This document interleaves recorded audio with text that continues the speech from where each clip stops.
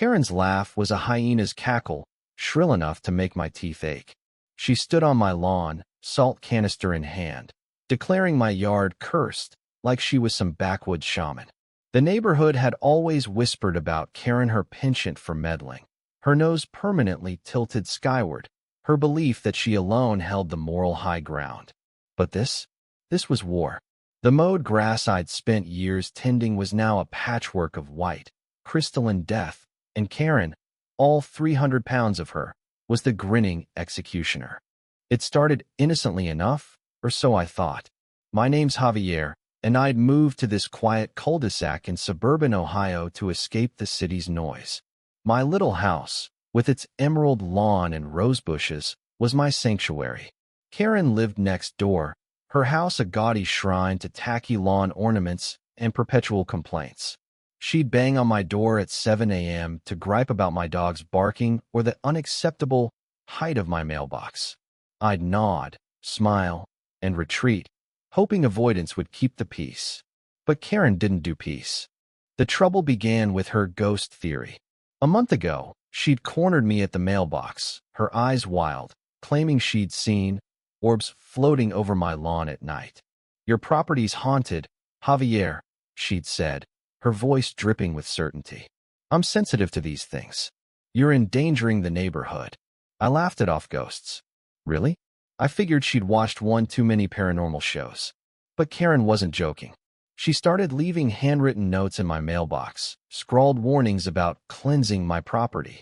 I ignored them, tossing the crumpled papers into the recycling bin. Then came the salt. I'd been at work, teaching 8th grade math, when my neighbor Lila texted me a video. My stomach dropped as I watched. Karen, in a garish pink tracksuit, waddled across my lawn, dumping table salt in heaps, muttering about purifying the spirits. Lila, a no-nonsense retiree, had caught the whole thing on her phone. By the time I got home, my grass was a sickly yellow, patches burned away by sodium chloride like chemical wounds.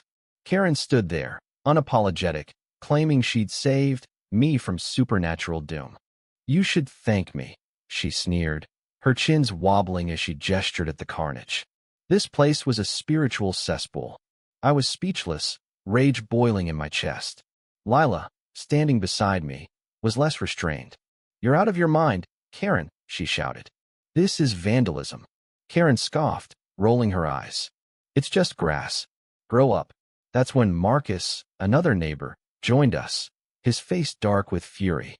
He'd been mowing his lawn across the street and seen the whole thing. "You're paying for this, Karen," he growled, pointing at the ruined yard. "This is property damage." Karen's arrogance didn't waver. She crossed her arms, her bulk blocking the sidewalk.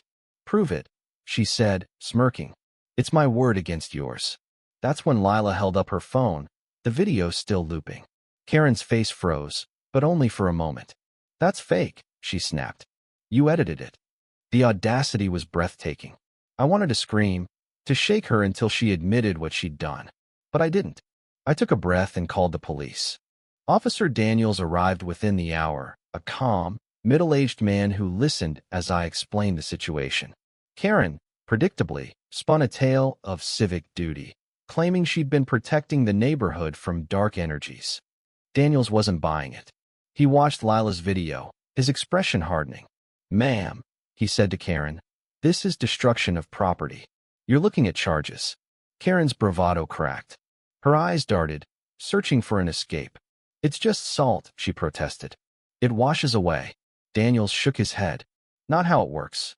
The neighborhood buzzed as word spread. Karen's reputation, already shaky, plummeted. People stopped inviting her to block parties. Her concerned citizen act her endless complaints about noise, parking, or suspicious behavior lost all credibility. But I wasn't done. My lawn was my pride, a symbol of the stability I'd fought for after years of renting cramped apartments. I contacted a lawyer, a friend of Marcus's named Elena, who specialized in property disputes. She took one look at the damage and said, "This is a slam dunk." The lawsuit was filed within a week. I sought damages for the cost of resodding the lawn, estimated at $3,000, plus emotional distress. Karen laughed it off at first, telling anyone who'd listened that I was overreacting. But Elena was relentless. She gathered statements from Lila, Marcus, and other neighbors who'd witnessed Karen's antics. The video was undeniable evidence, time-stamped and unedited. Karen's defense, her claim of ghosts, only made her look unhinged in court. The trial was a spectacle. Karen showed up in a mismatched blazer and skirt, her hair a chaotic nest, as if she thought charm could save her. She rambled about spiritual cleansing, citing obscure blogs and a self-proclaimed psychic she'd consulted. The judge, a stern woman with no patience for nonsense, cut her off.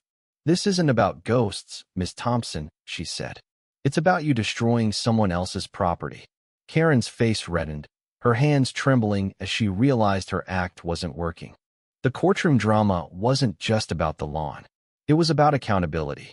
Karen had spent years bullying the neighborhood, complaining about kids playing too loudly, demanding people repaint their fences to match her aesthetic, even reporting a neighbor's barbecue for excessive smoke. She'd thrived on control, on making others feel small. But now, the tables had turned.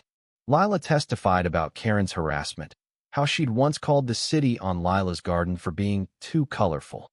Marcus shared how Karen had tried to intimidate him into moving his car because it clashed with her view.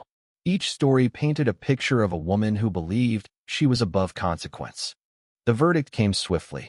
Karen was ordered to pay $500 $3,000 for the lawn, $1,500 for legal fees and distress. She gasped, clutching her purse like a lifeline. "This is outrageous," she shrieked. The judge's gavel silenced her. As we left the courtroom, I saw something new in Karen's eyes: fear. For the first time, she wasn't in control. The aftermath was poetic. Karen's house went up for sale a month later.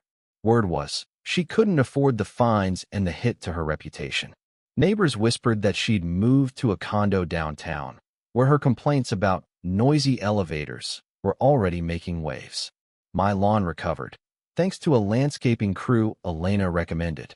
The new grass was greener than ever, a quiet victory. But the real win wasn't the money or the lawn. It was the lesson. Karen's downfall wasn't just about salt or a lawsuit, it was about the cost of arrogance. She'd underestimated her neighbors, dismissed their anger, and assumed her bluster would carry her through. Instead, she'd learned that actions have consequences, that you can't trample on others' lives and expect to walk away unscathed. For me, it was a reminder to stand up, to fight for what's mine, even when the enemy is a loudmouth with a salt shaker. As I mowed my lawn last week, Lila stopped by with a coffee. "You think she's still seeing ghosts?" she joked. I laughed, the sound light and free. The neighborhood felt different now, quieter, kinder, like we'd all reclaimed something Karen had tried to take. Maybe that's the real magic. Not ghosts, but the strength to push back when someone tries to salt your life. The end.